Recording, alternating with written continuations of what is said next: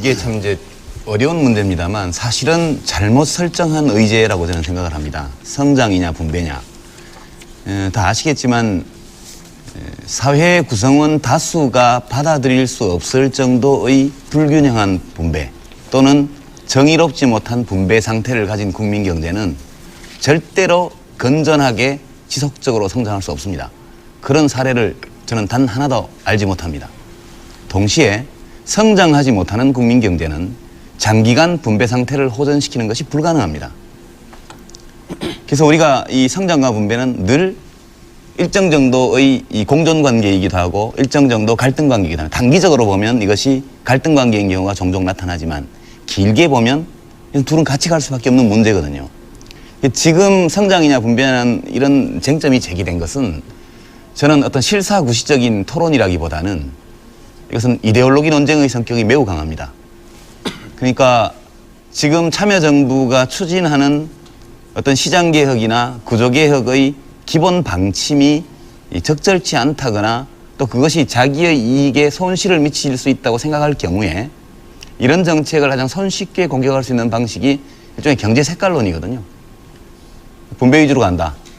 성장이 져야 것이다. 우리 위기가 올 것이다. 이런 식으로 얘기를 하는데 저는 지난 1년 2개월, 3개월 정도 참여정부의 집권 기간 동안에 일부 전문가들이나 언론에서 얘기하는 바 분배 위주의 경제정책으로 간다는 것을 입증할 만한 단 하나의 정책이라도 제시하고 그런 걱정을 한다면 수긍하겠습니다만 저는 상당히 분배 위주의 정책을 많이 펴야 된다고 개인적으로 생각하는데 제가 지지하는 이 참여정부가 그 정책을 거의 하지 못한 것에 대해서 매우 유감스럽게 생각하고 지금까지 이것을 하기 어려운 상황이었기 때문에 그렇게 온 것이라고 일단 이해를 하고 앞으로 경제 여건이 좀 더 호전된다면 그때 가서는 좀 쓸 수 있지 않겠느냐 이렇게 본다는 점을 우선 말씀을 드립니다. 예, 유승민 당선자 말씀해 주시죠. 유시민 당선자께서 성장이냐 분배냐를 이렇게 너무 이렇게 구분해서 볼 필요가 없고 장기적으로 이게 상당히 이제 좀 이렇게 같이 몰려서 가는 그런 측면이 있다. 그 점에 대해서는 이제 저도 뭐 100% 동감이고요. 다만 그 끝에 이제 이게 실사구시 논쟁이 아니고 이게 이데올로기 논쟁이다. 그 점에 대해서는 저는 조금 생각을 달리합니다. 왜냐하면 지금 아까도 말씀드렸지만 수십 년간 그 시대에 강조해오던 경제발전 전략이라는 게 분명히 있었습니다. 어디에 더 이제 강조를 하느냐 그게 있었는데 저는 분배에 대해서 우리가 한 17년 정도의 기간 동안 상당히 강조를 해왔고 그래서 지금은 분배는 상당히 좀 내실화, 알차게 할 때가 됐습니다. 그런데 아까 그 참여정부 집권 1년 동안 분배 위주 정책으로 간 증거가 있느냐 저는 뭐 그런 것도 별로 기억이 안 납니다. 그 대신에 제가 문제를 삼고 싶은 거는 일단 참여정부 1년 동안 경제정책이 별로 없었습니다. 분배이고 성장에 관해 경제정책이 별로 없었고 맨날 조중동하고 싸우고 코드 맞추고 정치만 했고 정치 과잉이지 경제에 대해서는 굉장히 무관심했습니다. 일단 우선적으로 그걸 지적하지 않을 수 없고 경제정책 분야에서는 굉장히 우왕좌왕했습니다. 작년에 그 대학 교수들이 붙여준 별명이 우왕좌왕 아닙니까? 그 굉장히 우왕좌왕했고요. 그다음에 또 하나 중요한 문제는 분배를 열심히 하는 건 좋습니다. 좋은데 성장에 대한 해법을 분명히 특히 요즘과 같이 서민들이 고통받고 일자리가 없고 이런 시절에는 정부가 성장에 대한 해법이 우리는 이거다라고 제시할 수 있어야 됩니다. 제가 기억나는 한 가지밖에 없습니다. 작년 어느 때인가 신성장 산업 10개 그거 발표한 거 딱 하나밖에 저는 기억이 나지 않습니다. 그래서 그걸 가지고 경제 색깔론이다 이렇게 말씀하실 게 아니라 분배도 열심히 해야 되지만 책임 있는 정부라면 이렇게 경제가 어려울 때는 우리가 어떻게 이 경제를 지속 가능한 그런 성장을 실현을 시키겠다. 이거를 좀 내놔야 됩니다. 그런데 수십 개 로드맵을 만들면서 제가 기억나는 성장의 방법이 뭔지 그게 없다는 그런 지적을 좀 드리고 싶습니다. 짤막하게만 예, 말씀하시죠. 제가 또 반론 잠깐만 짤막하게만 예. 말씀을 드릴게요. 그러니까 이제 그 비판하신 건 좋습니다. 근데 이제 비판도 좀 저는 실사구시적이었으면 좋겠다 이런 생각이 드는데요. 한나라당에서 좋은 의견이 있으시면 제안을 주십시오. 아주 구체적인 정책으로. 그럼 저희가 뭐 집권당이고 다수당이기 때문에 그 정책이 충분히 합리적이고 또 단기적으로 투자 진작을 하고 또 국민들의 생활을 개선하는 데 도움이 될 만한 정책이라면 무엇이든 간에 긍정적으로 받아들이려고 합니다. 근데 단순히 우왕좌왕했다, 아무것도 없었다 이렇게 얘기를 해버리면 그러면 그 수많은 경제부처의 공무원들은 지난 1년 동안 다 놀았다는 얘기며 대통령이 하루 일정 가운데 1.6회 정도가 경제민생 관련이었고 전체 일정 60% 이상이 전부 경제민생 관련 회의나 방문 이런 것이었습니다. 근데 그건 좀 지나치게 이제 모욕적인 표현이라고 저는 생각하고 정치적인 공격으로는 이해를 하겠습니다만은 그렇게 해서 우리 경제가 좋아질 수는 없다는 점을 말씀을 드리고요. 하나만 딱 첨언해서 드리면 오늘 아마 2001년도인가요? 노벨 경제학상 받은 스티글리츠 교수가 이제 한국에 와서 여러 언론사들과 이제 대담을 했습니다. 그 내용 중에 보면 한국 경제를 위해서 한 충고가 하나 있는데요. 93년, 94년경 클린턴 행정부 미국, 이 클린턴 행정부의 경험을 좀 잘 참고해봐라. 이 클린턴 행정부가 찾은 것이 레이건 시대에 너무나 이 성장 위주, 공급자 위주로 가 있던 미국 경제를 이 성장과 분배의 균형점으로 이동시키는 노력을 했고, 지금 한국 정부도 그 둘 사이에 어떤 중간 지점을 지금 찾고 있는 걸로 보이고 수년 내에 이렇게 노력하면 한국은 한국적인 자본주의 형식을 가지게 될 것이라는 이제 이런 격려성의 이런 말씀을 주셨는데요. 저는 이런 지적들이 우리에게 매우 유용한 지적이라고 생각을 하고 아주 실용주의적으로 정말로 이 대목에서는 실용주의적으로 우리가 이 두 개의 소중한 가치를 절충하고 타협하고 또 동시에 어느 정도 성취해낼 수 있는 이런 방안은 앞으로 오늘 토론에서 저는 많이 나오기를 기대를 하겠습니다. 제가 말씀해 드리겠습니다. 예. 글쎄요, 노벨 경제학상을 받았다고 해서 꼭 한국 경제에 적합한 그런 해법을 제시한 것은 아닙니다. 미국에 다양한 대학 교수가 있고 경제학자들이 있습니다만은 스티글리츠 교수는 이제 약간 이제 미국의 어떤 성장 그런 좀 반대하는 그런 경향이 강하고 이분이 월드뱅크에서 상당히 오래 근무를 하셔가지고 특히 이제 조금 미국 모델에 대해서 그렇습니다만은 미국의 경우에도 클린턴이 그렇게 분배나 아니면 레이건 때 못했던 그런 거를 할 수 있었던 기반이 어디서 나왔느냐 하면 레이건 8년 동안 레이건이 잡아놓은 그 토대 위에서 클린턴이 그렇게 할 수 있었습니다.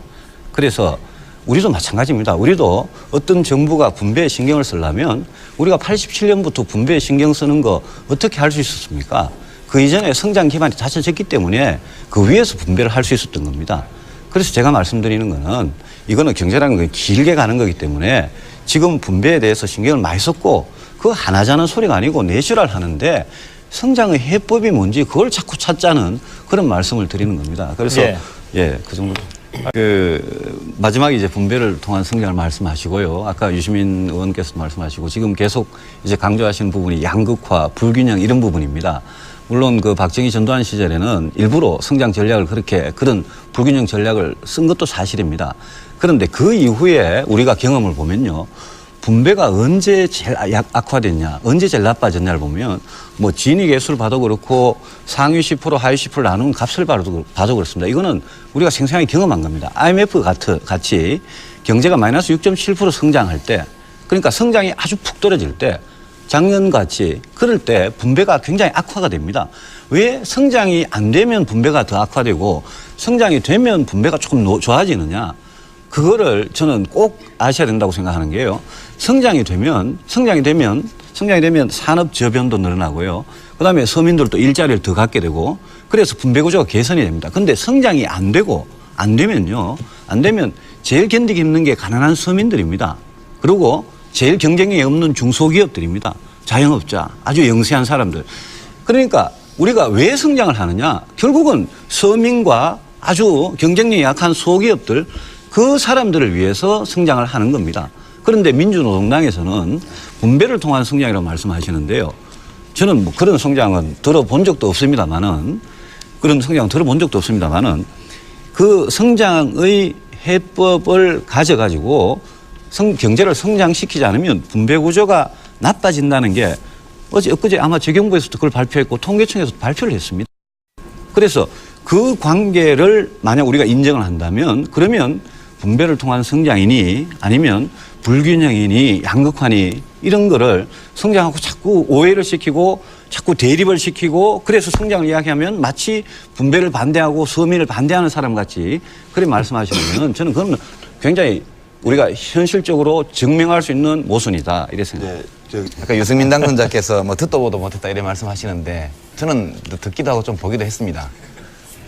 지금 단병호 당선자께서 하신 분배를 통한 성장이라는 것은 1970년대, 80년대에 유럽의 삼인주의 정당 경제 전문가들이 많이 썼던 논리입니다.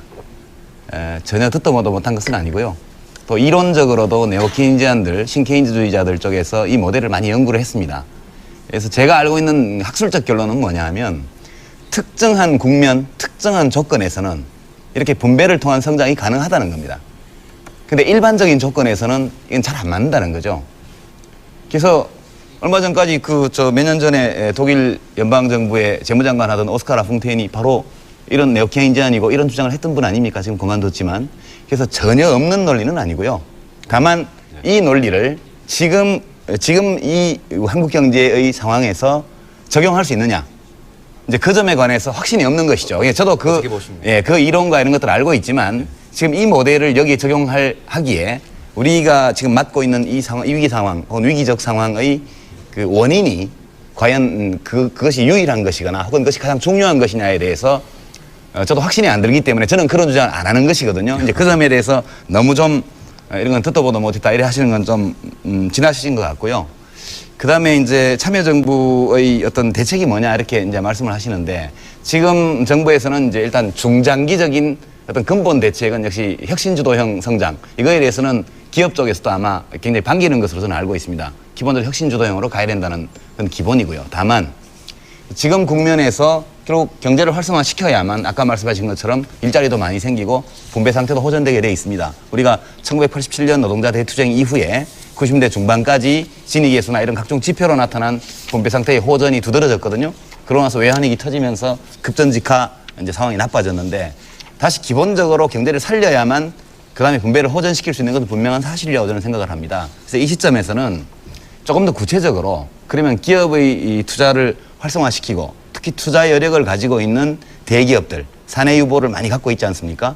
그걸 자꾸 빚 갚는 데 쓰고 있는데 그러지 말고 좀 투자해서 고용도 창출할 수 있도록 하려면 뭘 해줘야 되냐, 정부에서. 이런 거 좀 구체적으로 말씀하시고 동시에 그 민간 가계의 소비 능력이 이렇게 취약해가지고는 어렵습니다. 그래서 지금 뱃뱅크니 뭐니 해서 여러 가지로 신용불량자 문제를 해결하거나 완화하거나 이렇게 한 대책들이 나오고 있거든요. 그래서 민간 가계의 소비 능력 혹은 구매 능력을 증대시키는 노력도 이걸 분배로 몰지 말고 저는 좀 받아주셨으면 좋겠고요. 협조 좀 하고 동시에 지금 투자 여력이 있는 기업들의 설비 투자, 신규 투자를 활성화시키기 위한 어떤 구체적 제안을 정부에게 하고 정부가 그것을 같이 상의하는 이런 쪽으로 간다면 그렇게 큰 논란 없이 우리가 해법을 찾을 수 있지 않을까. 알겠습니다. 이런 건의를 좀 드립니다. 야당과 제게.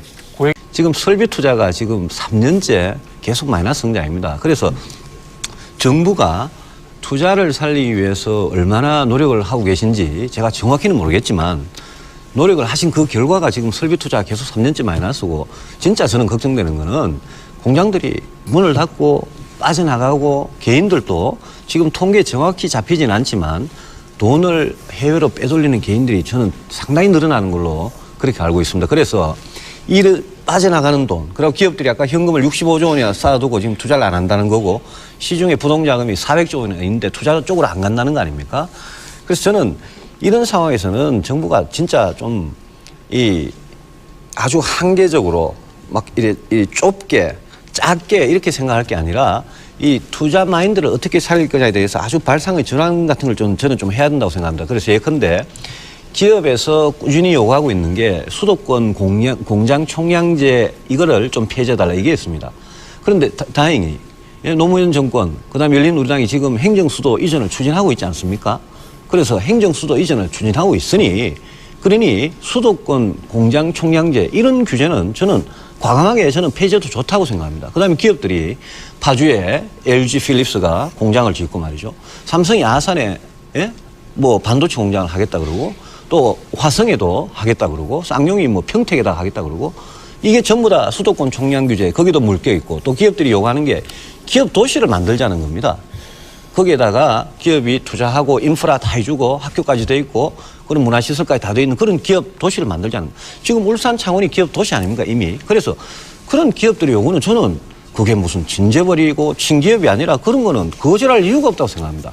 설비 투자가 이렇게 마이너스고 지금 기업들 해외로 도망가는 기업들을 바지가랑이라도 잡고 붙잡아야 될 판이기 때문에 저는 정부가 그런 점에 있어서는 이게 뭐 정경련이 요구하는 거다, 누가 요구하는 거다 이렇게 지금 따질 계제가 아니다. 그래서 이거는 과감하게 해야 된다 이렇게 좀 예, 알겠습니다. 지금 유승민 당선자께서 말씀하신 내용이 수도권 공장 총량제를 폐지하고 기업 도시를 건설하는 것을 좀 허용하자. 뭐 예를 거기에- 들면 그런 겁니다. 예. 거기에 하나 더 얹어놔도 됩니까? 예를 들면 출자 총액 제한 제도를 철폐하는 것도 저 개인적으로는 출자 그것도- 총액 제한도 그것도 예. 아주 시대착오적인 거고 그것도 폐지하는 게 저는 맞다고 생각합니다. 알겠습니다.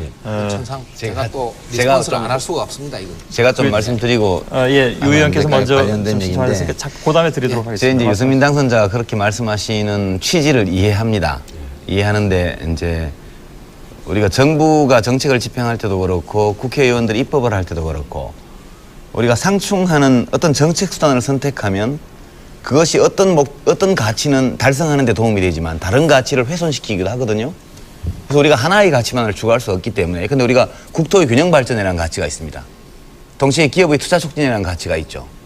이 어느 하나가 다른 하나를 일방적으로 짓밟는 것은 못합니다.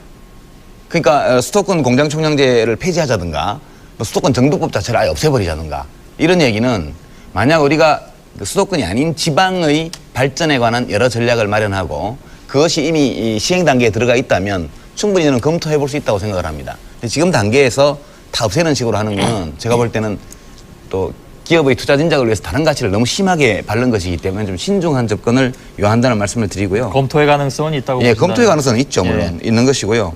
기업이 왜 투자하지 않느냐? 우리가 통상적으로 경제 이론에서 살펴보면 예상 투자 수익률이 이자율보다 높으면 투자하는 거 아닙니까? 근데 안 하고 있죠. 일종의 뭐 전문가들이 말하는 유동성 함정에 빠진 거 비슷해요. 사내 유보도 엄청 많고 금리도 굉장히 낮은데 정부가 금융정책, 통화정책을 아무리 써도 투자를 안 합니다.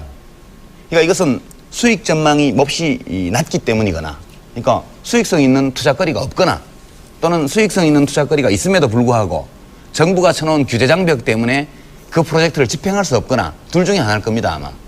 그래서 투자 수익 예상이 예상 투자 수익률이 낮은 어떤 사업밖에 없다면 우리가 정부와 기업이 서로 협의해서 기업들이 높은 수익을 기대할 수 있는 뭐 새로운 산업 분야를 찾던가 할 수 있겠죠.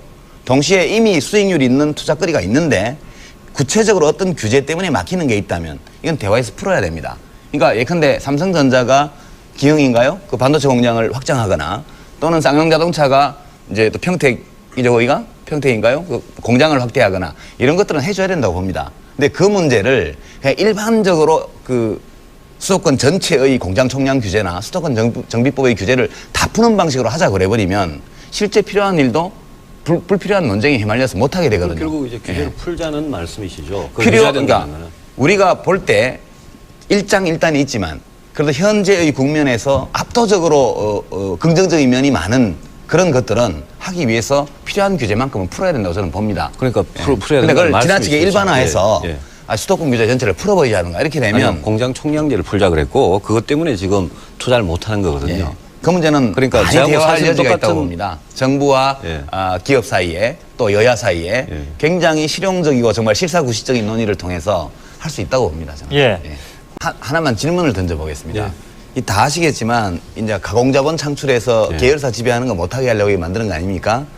상위 14개 그 재벌 기업에만 적용하죠. 자기 사업을 위한 신규 투자나 이런 거 출자하는 건 뭐 투자하는 건 관계 없는 거 아닙니까? 그리고 이 관련 업종에 투자하거나 신산업에 투자하거나 신기술 투자하거나 벤처 투자하거나 이게 아무 제한 없습니다. 근데 그럼에도 불구하고 끊임없이 이것을 요구하는 목소리가 있는데 출자 총액 제한 제도를 폐지하면 기업의 신규 투자, 설비 투자가 늘 수 있다는 논거를 한번 제시해 보시겠습니까? 그러면 뭐 한번 검토해 보죠. 뭐. 근데 저는 그런 논거를 못 봤거든요. 방금 두 분께서 출자 총액 제한 제도가 이게 이제 순자산의 25% 이내로 규제를 하면서 이제 뭐 시청자분들이 굉장히 이제 기술적인 이야기까지 합니다만은 기왕이면 쉽게 풀어서 말씀하시면 예, 되죠. 굉장히 예. 이제 예외 조항을 많이 뒀단 말입니다. 그래서 예외 조항을 많이 뒀기 때문에 구멍이 숭숭 나가지고 기업들이 전혀 여기에 제약을 안 받고 투자 마음대로 한다. 이렇게까지 이제 말씀을 하신 건데 현실은 그렇지는 않습니다. 현실은 그렇지는 않고 기업들이 하고 싶은데 출자 총액 제한에 걸려가지고 못하는 것도 있고 투자 이력이 굉장히 많은 기업 특히 이 제한이 25%면 25%라는 제한보다 훨씬 이렇게 많이 남은 기업 그런 기업은 할 수 있죠. 할 수 있는데 그게 아니고 25%에 이렇게 딱 걸려 있을 수가 있습니다. 기업이. 그런데 뭔가 투자를 하고 싶은데 이게 예외 조항에 해당이 안 돼가지고 투자를 못하는 그런 실질적인 경우가 최근에도 있었습니다. 그렇기 때문에 이게 완전히 무용지물이면 규제는 또 거꾸로 이야기하면 완전히 무용지물은 규제할 필요가 없지 않습니까? 투자를 못하는 게 아니라 출자를 못하는 아니요. 거죠. 그래서 그 문제에 대해서도 이현재 부총리께서는 출자 총액 제한에 대해서 상당히 완화, 폐지에 가까운 폐지라는 표현 안 썼습니다만 그런데 강철규 공정거래위원장께서는 이현재 부총리의 그런 발언에 대해서 출자와 투자를 구분 못한다. 이렇게 이제 말씀하셨는데 방금 이제 유시민 의원께서 그 말씀을 하시려고 그러는데 출자라는 거는 이제 자본에 참여하는 거죠. 그죠? 투자라는 거는 출자가 투자 안에 이렇게 포함된 개념이죠. 그런데 출자는 투자가 아니다. 이렇게 말씀하실 수는 없죠. 아니요, 그렇지 출자가 않습니까? 투자가 아니라는 것은 아닌데 예. 모든 출자가 투자인 것은 아니죠. 그러니까 이 제도는 원래 도입했을 때부터 우리가 말하는 실물 투자, 그죠?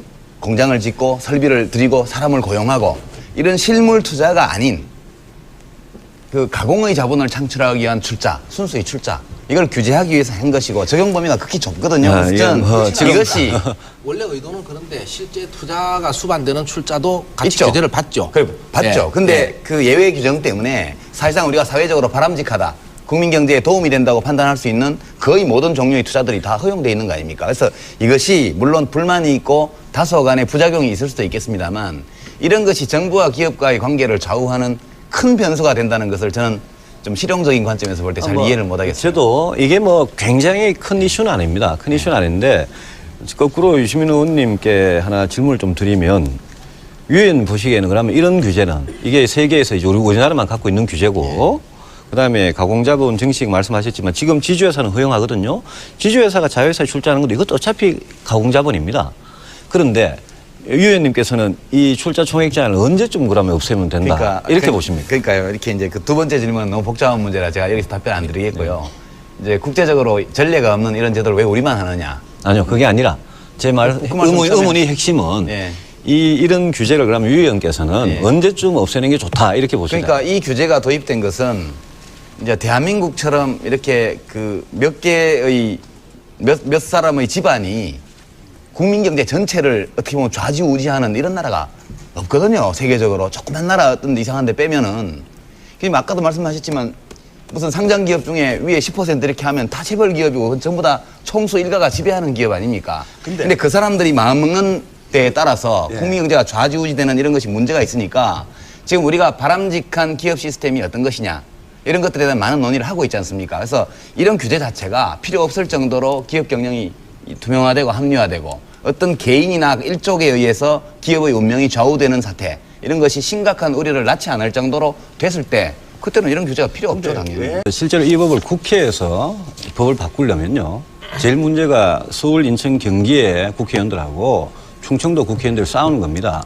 그래서 제가 아까 말씀드린 게 지금 이 정권이 행정 수도를 옮기고 있지 않습니까? 그렇지 않습니까? 그 최대의 소유자가 충청도입니다. 그렇지 않습니까? 이걸 다 옮기고 나버리면 이 공장 총량 규제 이게 절대 못 풉니다. 그러니까 지금이 저는 호기다 이겁니다. 근데 너무 이제 주관적인 그러니까 트레이드를 하는 겁니다. 예? 맞바꾸는 설득할 좋은 주관적인 기회다 이 예, 말씀. 설득할 예. 좋은 기회입니다. 이거는.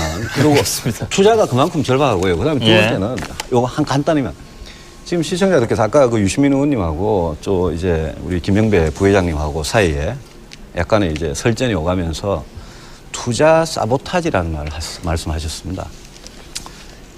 저는 오늘 노무현 대통령 열린우당 입당하셨죠. 예? 축하드리고 이제 진짜 여당이 되셨는데 근데 재벌들이 의도적으로 경기 나쁘게 하려고 그러고 사정 같은 거 피하고 개혁 피하려고 투자 사보타지 할 수 있습니다. 그리고 저도 정권 초기에 특히 1년 차에 그런 현상이 많이 나타나는 것 같아요. 그런 현상이 있을 수도 있지만 대통령께서나 아니면 집권 여당이나 정부에서는 그런 거 쳐다보시면 안 됩니다. 그거 쳐다보지 말고 지금 투자가 얼마나 어렵고 투자가 안 되고 얼마나 어려우냐. 사보타지 무서워가지고 투자 촉진을 못한다.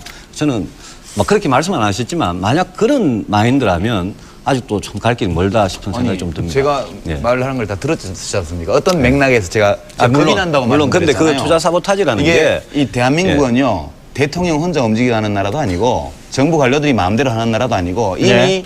국가와 민간 사이에 상당한 정도의 힘의 균형이 있어가지고요. 정부 마음대로 절대로 못 끌고 갑니다. 그래서 제가 자꾸 기업과 재계와 정부 혹은 대통령과 그 대기업 사이의 정말로 허심탄회한 토론과 대화가 필요하다는 점을 누누이 기회 있을 때마다 말씀드리는데요. 알겠습니다. 서로 힘의 한계와 자기의 권한을 인정하면서 같이 가야 된다고 봅니다. 예. 그런 맥락에서 말씀드린 거예요. 예. 자, 말씀 중에요. 아까부터 계속 강조해 오신 게 이제 대기업과 이 중소기업의 하청 관계에서 이제 중소기업한테 일종의 그 착취라는 말 표현은 안 쓰셨지만 중소기업한테 굉장히 이제 압박을 가하는 그런 이제 그걸 말씀하시는데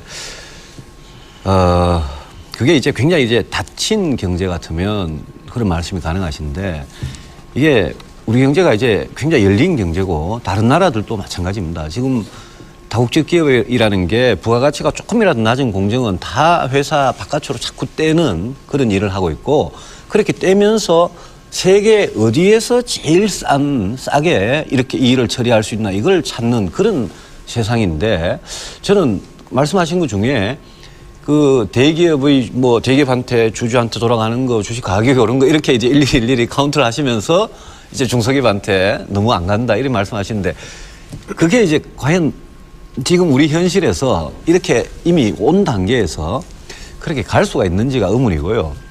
이 비정규직 문제는 지금 포인트가 저는 조금 좀 딴 데 같다 싶은 생각이 드는 게 이 비정규직 문제는 진짜 이거는 진짜 약자의 문제입니다. 약자의 문제고 저는 민주노총이나 한국노총에서 또 출신이시고 한국노총에서 오신 분이고 아주 조직화된 노동계 안에 강자의 대표 아니십니까? 근데 이 강자들께서 약자를 지금 이제 걱정을 해주시는 건데 이왕 걱정을 해주시는 김에 이 문제는 정부가 혼자는 해결 못할 겁니다. 그다음에 네. 이 모든 비정규직의 처우 개선, 정규직화도 뭐 이런 데 다 드는 이 모든 비용이 기업한테 다 부담하라 이러면 그 말은 좋습니다. 그 뭐 그래 되면 저도 좋겠습니다. 다만 그래 되면 기업들 여기 남아 있겠습니까? 알겠습니다. 그래서 이 문제는 저는 이 문제야말로 노사정 대화가 굉장히 필요한 문제고 예. 그래서 이 문제야말로 앉아가지고 진짜 그 노동계의 강자분들께서는 얼마나 좀 양보를 하실지 정부는 어떤 역할을 하실지 예. 그리고 기업들은 정리해 어떤 주시죠. 몫을 하실지 이거는 진짜 대화가 필요한 알겠습니다. 이야기가 이 부분 반론 있으시면 한 번만 듣고요. 유 의원께서 말씀하시겠어요? 예, 뭐 반론이라고 하기도 어렵고 아니라고 하기도 어려운데요. 예, 말씀하세요. 짧게 말씀해 주시고 그러니까 그냥 시청자 전화 좀 받도록 예, 우리 하겠습니다. 개방 경제니까 뭐 다 참아야 된다. 이거는 아마 이제 받아들이시기 어려울 거고요. 다만 저희 이제 열린우리당 총선 공약도 그랬는데요. 비정규직에 대한 불평등한 차별은 철폐해야 됩니다. 이게 고용기간이 을 이제 한정해서 기업에게 이제 인건비 부담이라든가 또 노무 관리 부담을 덜 주고 또 유연성을 강화해주는 이런 취지는 뭐 좋을 수 있으나 이걸 약용해서 부당하게 차별을 하거나 또는 제도를 남용하는 것은 시정할 수 있도록 법률을 정비해야 된다고 보고요.